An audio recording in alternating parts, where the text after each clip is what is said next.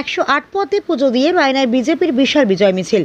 মহিলাদের উপস্থিতি ও ক্ষুদে শিল্পীদের পারফরমেন্সে গেরুয়াময় রামবাটি পূর্ব বর্ধমানের রায়না এক ব্লকের রামবাটি গ্রামে এক বর্ণাঢ্য ও আবেগঘন পরিবেশে সাক্ষী থাকল এলাকাবাসী। রামবাটি গ্রামের বহু পুরনো ঐতিহ্যবাহী রামসীতা মন্দির এবং মা সিদ্ধেশ্বরী মাতার চরণে 108টি পদের মালা দিয়ে পুজোর মাধ্যমে দিনের কর্মসূচির সূচনা করলেন ভারতীয় জনতা পার্টির রায়না বিধানসভার বিধায়ক সুভাষ পাত্র মহাশয়। এরপর মর্যাদার সাথে জাতীয় পতাকা উত্তোলনের পাশাপাশি উত্তোলন করা হয় ভারতীয় জনতা পার্টির দলীয় পতাকাও। পতাকা উত্তোলনের পর শুরু হয় এক বিরাট বিজয় মিছিল। মিছিলে মহিলাদের উপস্থিতি এক কথায় চোখে পড়ার মতো। বিজেপির কর্মী সমর্থকদের দাবি, বিজেপি সবসময় মাতৃশক্তির ওপর জোর দিয়েছে, আর আজ সেই শক্তির প্রতিফলন দেখা গেল রায়নার রামবাটিতে। মিছিলে সামিল হয়ে উল্লাস উন্মাদনার মাঝে অনেক মহিলাকে আবেগে চোখের জলও মুছতে দেখা যায়। বলা বাহুল্য, আজকের এই মহাবিজয় মিছিলকে কেন্দ্র করে রামবাটি সহ গোটা এলাকা কার্যত গেরুয়াময় হয়ে ওঠে এবং বিজয় মিছিলের পাশাপাশি আয়োজন করা হয়েছিল এক সুন্দর সাংস্কৃতিক অনুষ্ঠানের, যেখানে ক্ষুদে শিল্পীদের নাচ, গান, কবিতা এবং গীতাপাঠ দর্শকদের মুগ্ধ করে। দলীয় নেত্রী শিউলি সাত্রা জানান, এই আনন্দ উৎসবের সমাপ্তি করবে রায়নার ঐতিহ্যবাহী মাছে ভাতে খাওয়া দাওয়ার মধ্যাহ্নভোজের মাধ্যমে।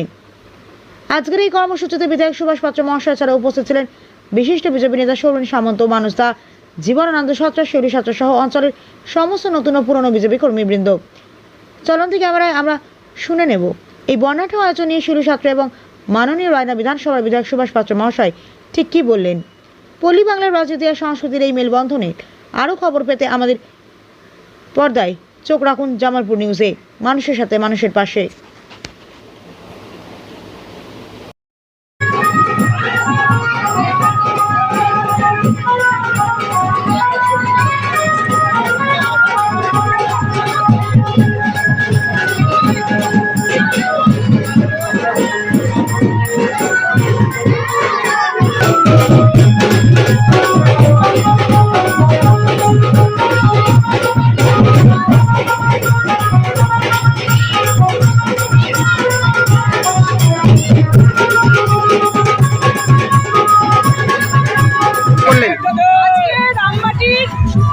রায়না বিধানসভা রামবাটি গ্রামের আজকে বিজয় মিছিল হয়েছে। আপনারা সকলেই জানেন যে রামবাটি সহ রায়না সহ গোটা পশ্চিমবঙ্গে আজকে ঐতিহাসিক জয় হয়েছে।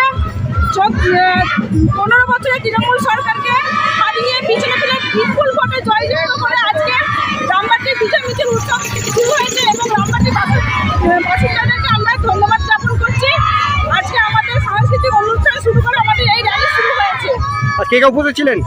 আজকে আমাদের র্যালিতে উপস্থিত আছেন আমাদের মাননীয় বিধায়ক সুভাষ পাত্র মহাশয়, এসে উপস্থিত হননি। আমার 3 নম্বর মণ্ডলের সভাপতি মানুষ দা মহাশয় উপস্থিত আছেন এবং আমাদের রামবাটি সহ গোটা রায়নার কার্যকর্তারা এই মিছিলে উপস্থিত আছেন। আমার নাম শিউলি সাত্রা।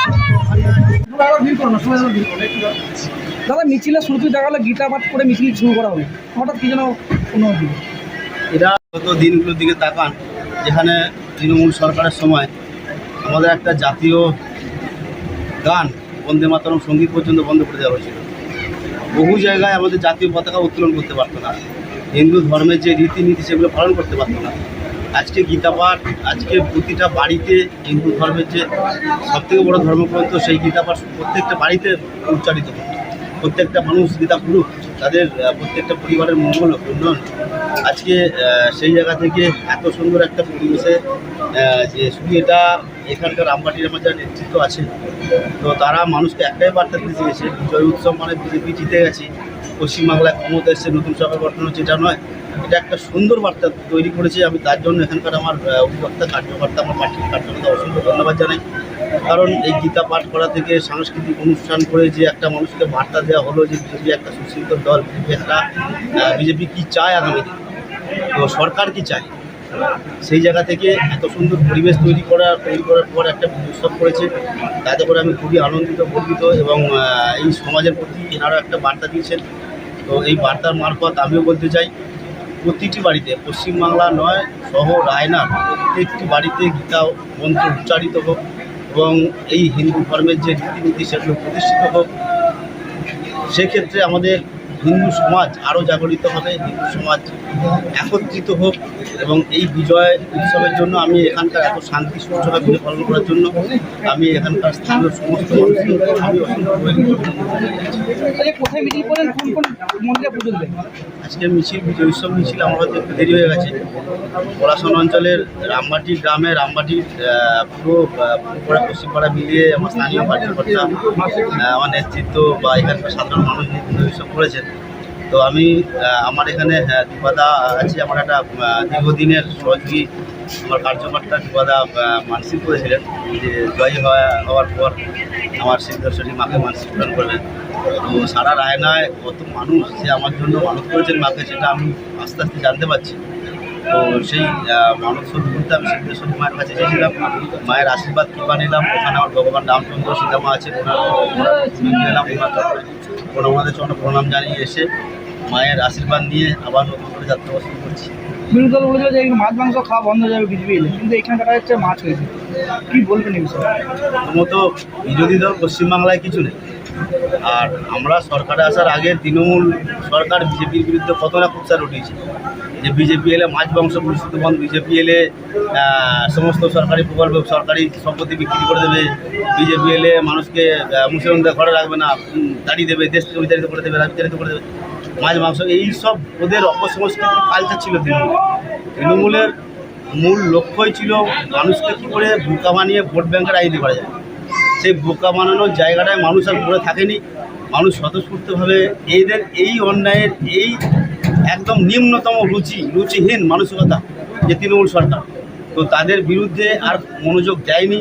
মানুষ পরিবর্তন চেয়েছে, পশ্চিমবঙ্গ প্রকৃত পশ্চিমবঙ্গ গড়ে তোলার জন্য মানুষ বিজেপিকে ভোট দিয়েছে। বিজেপির নতুন সরকার গঠন হয়েছে। আর এই মাছ মাংস আপনারা সর্বত্র দেখতে পাচ্ছেন, এই নোংরামোর জন্যই কিন্তু তৃণমূল সরকার চলে গেছে।